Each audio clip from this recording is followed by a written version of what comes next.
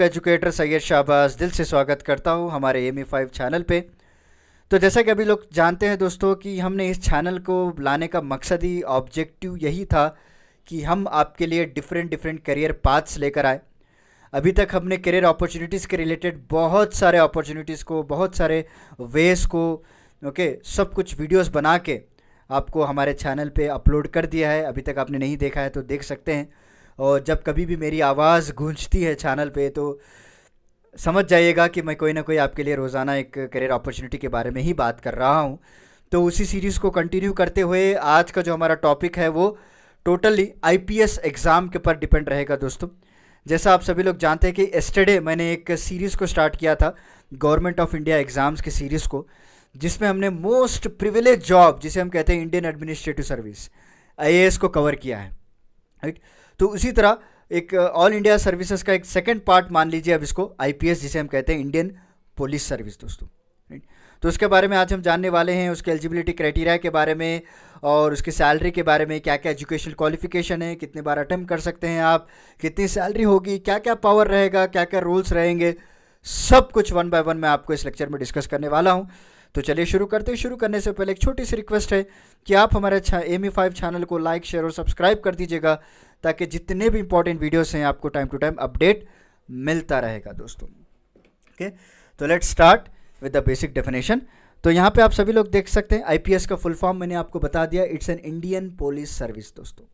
ये भी जो है एक सिविल सर्विस एग्जाम का ही पार्ट है जो कि यूनियन पब्लिक सर्विस कमीशन के द्वारा इसको कंडक्ट करवाया जाता है हर साल। जी हाँ, ये इंपॉर्टेंट पॉइंट है, हर साल इसको कंडक्ट करवाया जाता है दोस्तों। और it is one of the top 3 all India services माना जाता है, जैसे IAS हो गया, IPS हो गया, उसके बाद IES हो गया, या फिर IRS या फिर IFS जिसे कहते हैं, राइट। सो टॉप 3 एग्जाम्स में ये सेकंड कैटेगरी में आता है। एंड दिस कैडर जो है completely ministry of home affairs के अंडर कंट्रोल किया जाता है दोस्तों। ओके, सो IPS ऑफिसर्स की बात करें तो इनकी जो एलिजिबिलिटी क्राइटेरिया है वो थोड़ा डिफर रहती है when compare to the other competitive examination, क्योंकि यहाँ पे फिजिकल क्राइटेरिया को भी देखा जाता है और बहुत सारे ऑप्शंस दिए गए मैं आपको वन बाय वन बताता हूँ। देखिए, फिजिकल क्राइटेरिया की बात करें तो मिनिमम मेन हाइट जो है 165 सेंटीमीटर होनी चाहिए और वुमेन 150 सेंटीमीटर होने चाहिए दोस्तों। और मिनिमम चेस्ट गिर्थ की बात करें तो यहाँ पे आपको मेन की 84 सेंटीमीटर और वुमेन की जो है 79 सेंटीमीटर होती है दोस्तों, right. Myopia, myopia is nothing but ये आपके लिए आइज़ के रिलेटेड होता है दोस्तों। Okay, so myopia is nothing but vision के रिलेटेड होता है कि आप कितनी दूर तक देख सकते हैं या कितनी पास तक आप देख सकते हैं। So it should not exit -4.0D, ठीक है।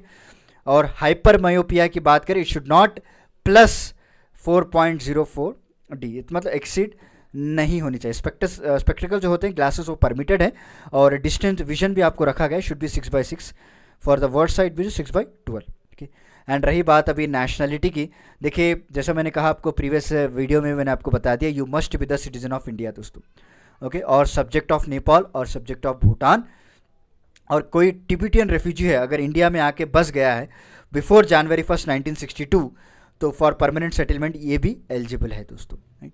और इसकी कई तरह के कंट्रीज़ भी हैं जैसे Pakistan, Burma, Sri Lanka, east Africa, Ethiopia, Vietnam, ये सारे के सारे एलिजिबल होते हैं अगर ये एज ए परमानेंट सेटलमेंट आके इंडिया में रह जाते हैं दोस्तों, राइट।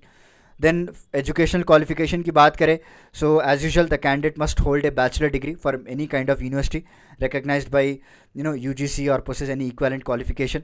और एज लिमिट की बात करें तो here age limit minimum will be the 21 years and maximum will be the 32 years दोस्तों। Okay, so this criteria, this educational qualification, age limit and relaxable age limit, ये सारे के सारे कॉमन रहते हैं दोस्तों।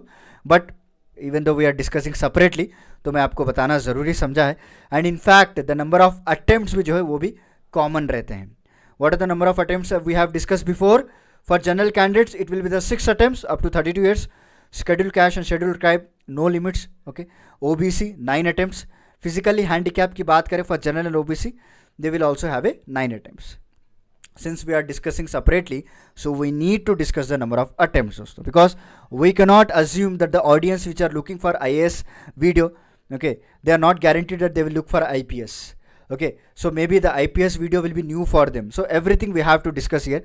So that's why I'm including again repeated information, again I'm including here. Okay, and में रही बात अभी रोल्स एंड रिस्पॉन्सिबिलिटीज़ की, यहाँ पे थोड़ा डिफर रहता है when compare with the IAS की बात करें तो IPS will be differ here.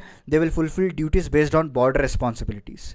Okay, the main responsibility is nothing but maintenance of the public peace and order, crime prevention, investigation and finding, collecting of intelligence reports, right? And they will also play a main important role in disaster management, socio-economic legislation, everything will be there. Okay, and in fact apart from that they will also exchange information with the RAW, IB, CID, CBI. Okay, they will also interact and coordinate with the armed forces. So बहुत सारे responsibilities यहाँ पे आपको देखने को मिल सकते हैं दोस्तों. Okay, not to worry. And there are different cadre also here.